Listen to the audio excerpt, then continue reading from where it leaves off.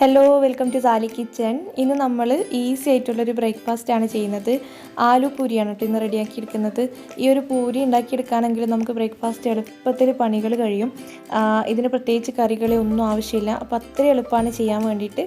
അപ്പോൾ എങ്ങനെയാണ് ചെയ്തെടുക്കാൻ നോക്കാം. ചാനൽ സബ്സ്ക്രൈബ് ചെയ്യാത്തവർ സബ്സ്ക്രൈബ് ചെയ്തിട്ട് സപ്പോർട്ട് ചെയ്യുക. വീഡിയോ ഇഷ്ടപ്പെടുകയാണെങ്കിൽ ലൈക്ക് ചെയ്യാനും മറക്കരുത്.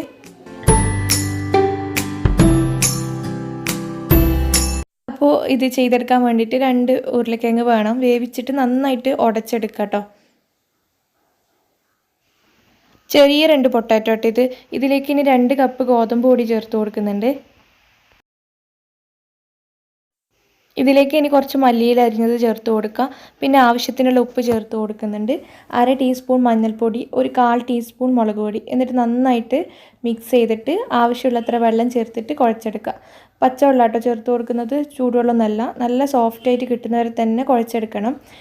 പൊട്ടാറ്റോയുടെ കട്ടകൾ ഉണ്ടെങ്കിൽ നന്നായിട്ട് ഉടച്ചെടുക്കുക. ഇതിൻ്റെ ഇടയിൽ 1 ടീസ്പൂൺ ഓയിലും കൂടി ചേർത്ത് കൊടുത്തിട്ടുണ്ട്.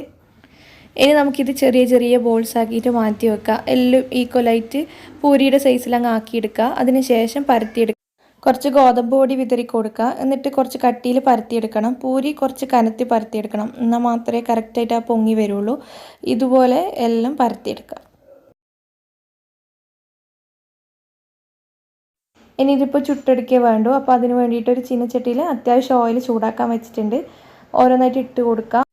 നല്ല തീയിൽ വെച്ചിട്ട് തന്നെ ചുട്ടെടുക്കുക. അത് ഇതുപോലെ പൊങ്ങി കിട്ടും.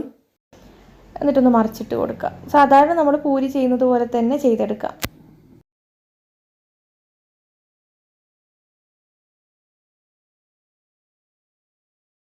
അപ്പോൾ ഇത്രയേ ഉള്ളൂ ചെയ്തെടുക്കാൻ വേണ്ടിയിട്ട്. നല്ല സിമ്പിളാണല്ലേ ചെയ്തെടുക്കാൻ വേണ്ടിയിട്ട്. ഇതിന് പ്രത്യേകിച്ച് കറികളെ ഒന്നും ആവശ്യമില്ല. അത്രയും ഈസി ആയിട്ട് നമുക്ക് ബ്രേക്ക്ഫാസ്റ്റിനൊക്കെ ചെയ്തെടുക്കാം. അപ്പോൾ ട്രൈ ചെയ്തിട്ട് ഫീഡ്ബാക്ക് അറിയിക്കുക. ഈ ഒരു വീഡിയോ നിങ്ങൾക്ക് ഇഷ്ടപ്പെടുകയാണെങ്കിൽ ലൈക്ക് ചെയ്യാനും ഷെയർ ചെയ്യാനൊന്നും മറക്കരുത്. താങ്ക്